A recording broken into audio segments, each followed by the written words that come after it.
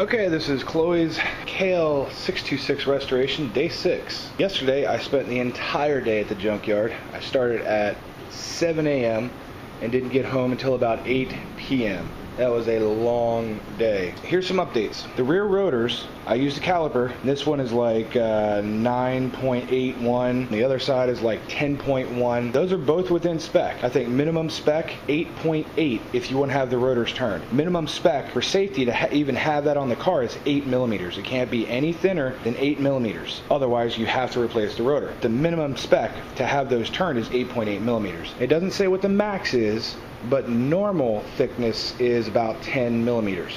And that's on the solid back.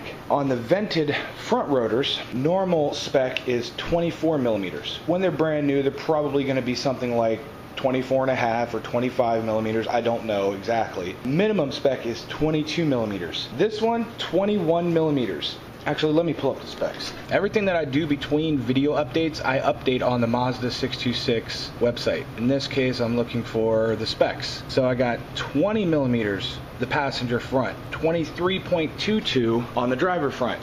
So the driver front is still in spec. However, there's a 3 millimeter difference between this side and that side.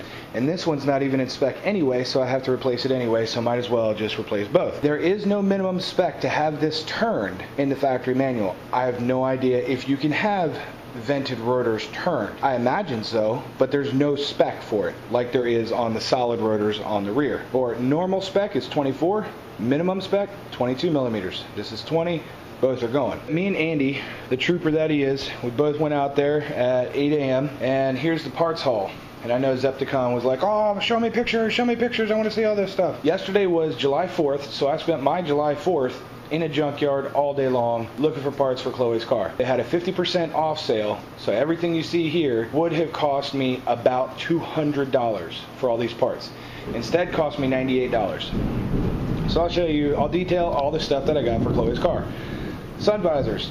Yay, new sun visors. And I'm going to do a video on how to install every single one of these. So that's going to be pretty cool. Lots of videos coming for each individual component, by the way. This is an inspection cover that's going to cover the flywheel. This is from an automatic. It was the only thing we could find. There were no KLDE manuals there. It was all automatic.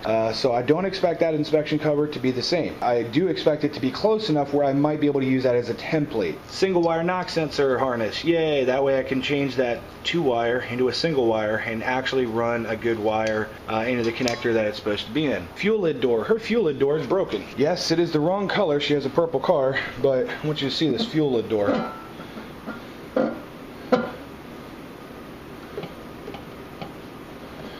It's broken on the hinge, and in order to replace this, it's just 2 screws. Boom, right inside there, 2 screws. The whole lid comes right off.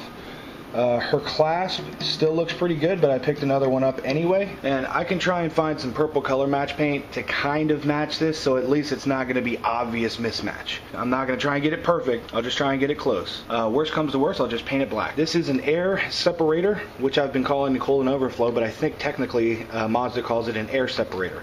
Got a really good one of those, including a new cap. I actually found the same exact aftermarket pedal on another 626, only the ones in her car have an orange area right here.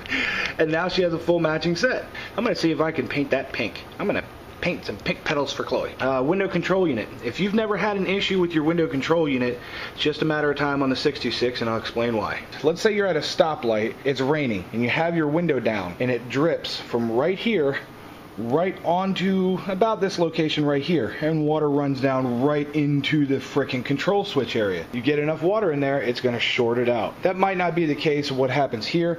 I haven't actually done any electrical diagnostics for this yet. I only got it as a preventative measure just in case someday either mine goes out, I need a spare, or whatever. I'm still gonna get to the electrical diagnostic, but I wanted a spare just to have a spare in the event that this is actually the issue or it ever happens in my car. So either way, I have the spare. New front vented rotors. These are going to replace that crap. And I took my caliper, or my micrometer, with me to the junkyard, and those actually spec out better than normal. One was like 24.10, one was 24.18. 24.1 seems to be the brand new number, because I think those rotors are almost brand new. It's just surface rust on there. It's almost brand new. There's almost no rust on there. So, calipers. Rear calipers off of a V6. So I'm hoping these are going to fare a little bit better. They look like they're in pretty good shape. And these came off that same KL that was in almost brand new condition, and the same one I got the rotors off of. I think those calipers are going to work just fine. The front calipers, Andy gave me from his old MX6 because he upgraded his calipers. So he was like, just give me some gas money for it. And I was like, okay. So I bought him lunch and gave him some gas money. So Chloe now has a full set of new calipers, new front rotors. I'm going to get the back rotors turned, get those back in spec. So this is the whole wire, inside and out, for the ABS sensor that I need. And that's way more wire than I'm actually going to need. I just need the front connector. And that way, just in case you have to splice in new wire or something like that, you have plenty to work with. The mud flaps.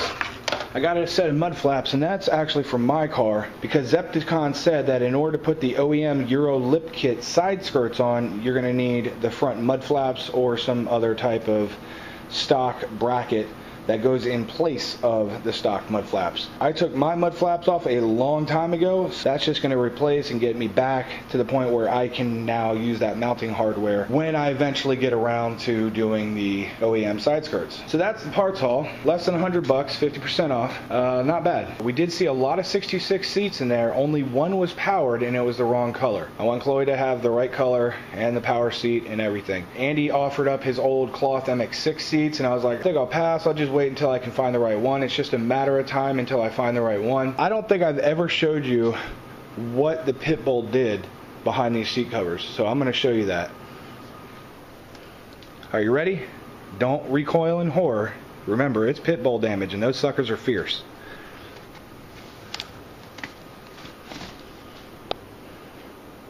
Yeah. Oh, there's still some leather on here. There's just a little bit of leather left. But mostly it's trashed. That is done. They went out and they bought some seat covers to cover that crap up. Well, they're not brand new. Actually, I'm not going to say that. They're not brand new. So that's the Pitbull damage. And the driver's side seat has a little bit. It's not bad. You can still sit in the other seat.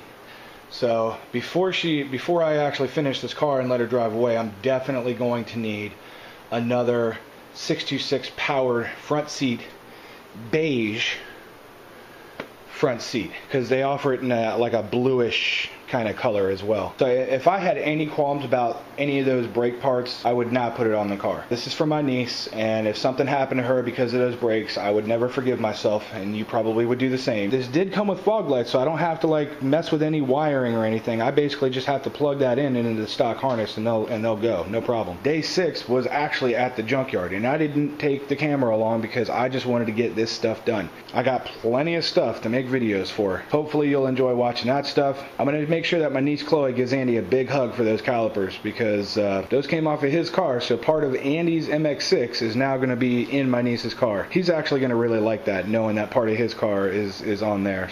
Really cool. Day 6, junkyard parts haul.